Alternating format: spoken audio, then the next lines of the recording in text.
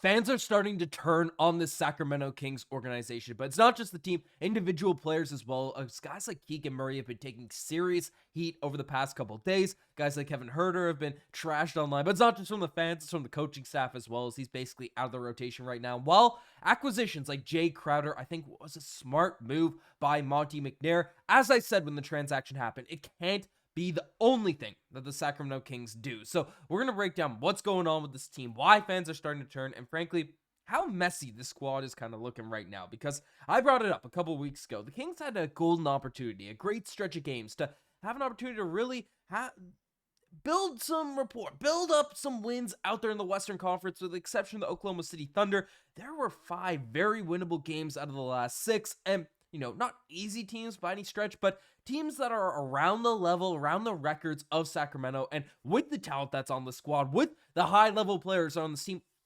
this team could have really set themselves apart.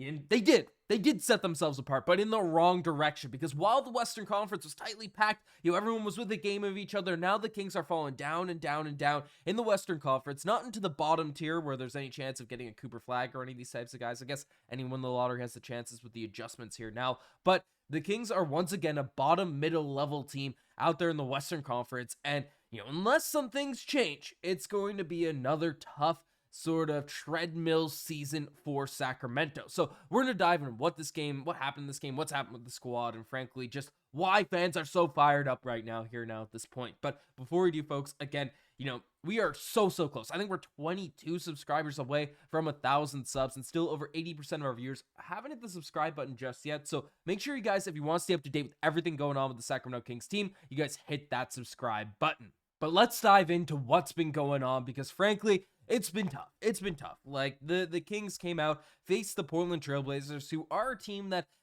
I think have been surprising people with how good they've been, because there were a lot of expectations for them to be the worst in the Western Conference. But, Kings came out 106-115 loss to the Portland Trailblazers, who didn't even have Scoot, didn't have a few of their guys out there playing in the lineup. No Jeremy Grant, no Donovan Clingy. This is a game that you need to win. And the reason a lot of people were so amped up, so hyped up at the start of the season for Sacramento, because they had a bunch of stretches. They had a stretch of games at the start of the season where they were beating the bad teams, so they're beating the bad squads. But now it's just it's tough to watch, because again, it's not on the star players. De'Aaron Fox, the one thing I will say, Sabonis, Fox, and Malik Monk all had 5 turnovers apiece. So while I'm gonna praise these guys, and I do genuinely think they had good games, the upper level talent hasn't been what's been the Achilles heel of this Kings team this season. And that's the toughest thing to figure out. That's the toughest thing to get out there on your squad. So it makes the season feel even more painful than seasons past, because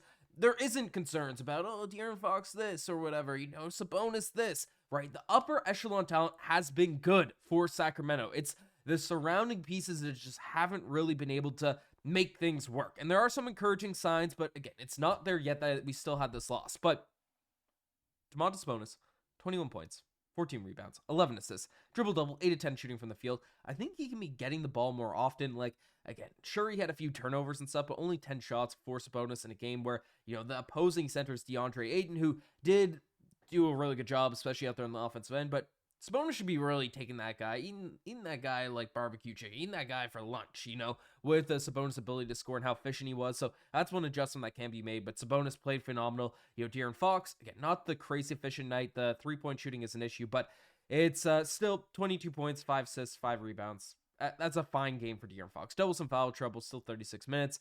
Solid stuff there. And then, Malik Monk, he's been phenomenal this season. When he's been healthy, when he's been out there on the court, 8 of 15 was the 3-point shooting for Sacramento, with the exception of Sabonis, who also went 2 for 3.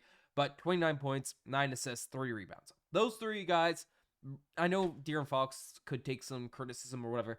I'm not complaining about those 3 guys. I'm also not going to complain about Isaac Jones either. While I'd like for him to hit a couple threes, being that type of guy, I think he went 0 for 1 in his last couple games, but I'm encouraged about him coming in, stepping in, and doing some solid stuff. And Jay Crowder, again, he's a guy that's picked up at this time of year for a reason. He's thrown into a starting position right now, which isn't specifically going to be his role. I like his grit. I like his toughness. That's what he needs to be, but we can't have too high of expectations for Jay Crowder. So I'm not going to be that disappointed with how Jay Crowder is performing.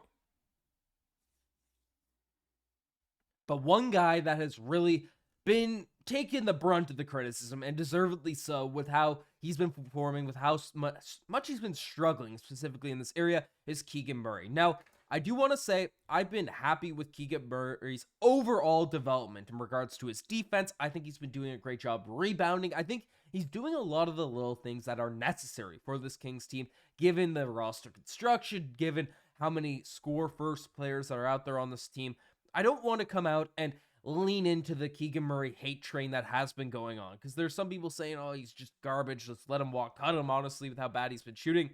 That isn't the reality of Keegan Murray. He's been doing a lot of little things out there on the court, which are positives.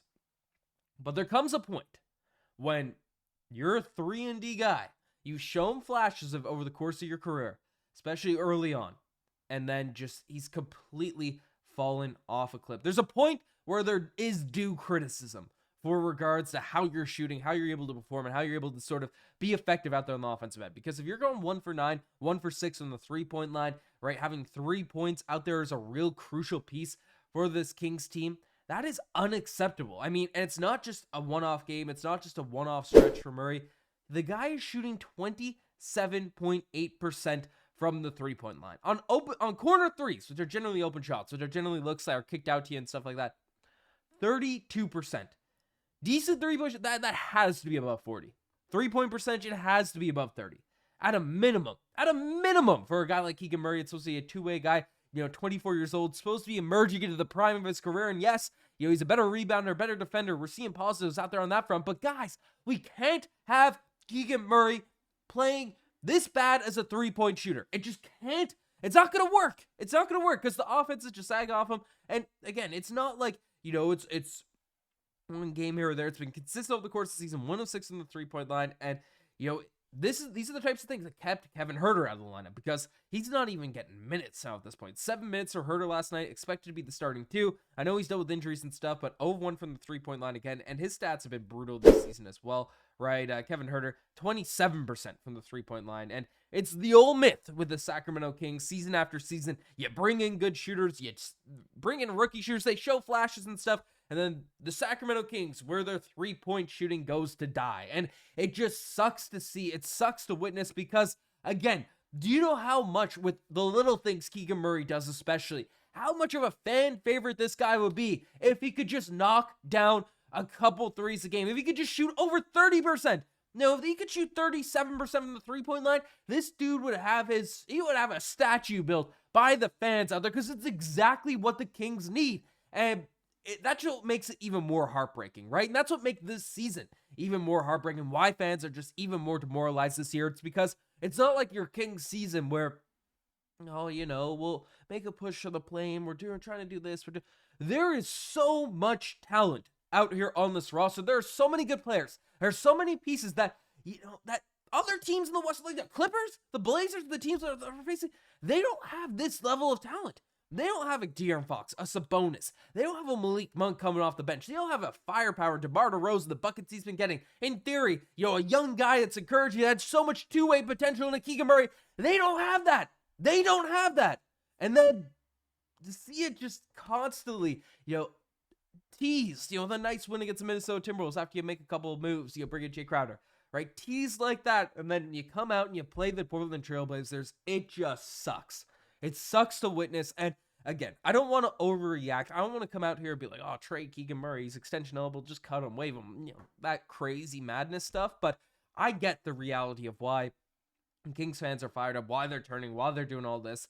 And while we want to stay true, stay hopeful, stay like this, I've been saying it, from the jump. There needs to be some solid moves that are made to beef out the bench. When there's injuries to DeMar DeRozan, when there's injuries to these different types of guys, more players that could step up. And, there are guys, I think this team isn't as far off as maybe this indicates, I don't think the Kings should mortgage their future by any means, trading a bunch of first-round picks or something random. But, with the emergence of Isaac Jones, Jay Crowder, I think those guys are solid bench pieces, guys that give you solid minutes off the bench, that can reliably do different stuff out there for you. But get a couple more role players, get something, Monte McNair, figure something out to make one of these moves happen ahead of this year's trade deadline. And I'd buy right back in. I'd drink the Kool-Aid again with the Sacramento Kings squad, but right now, as is, Maybe the chemistry with Jay Crowder comes up with this new rotations. I don't know, but I just want desperately to watch this team win. That's what I want to do. That's what I want to see, and it's not been happening. So let me know what you guys think about the current state of the Kings.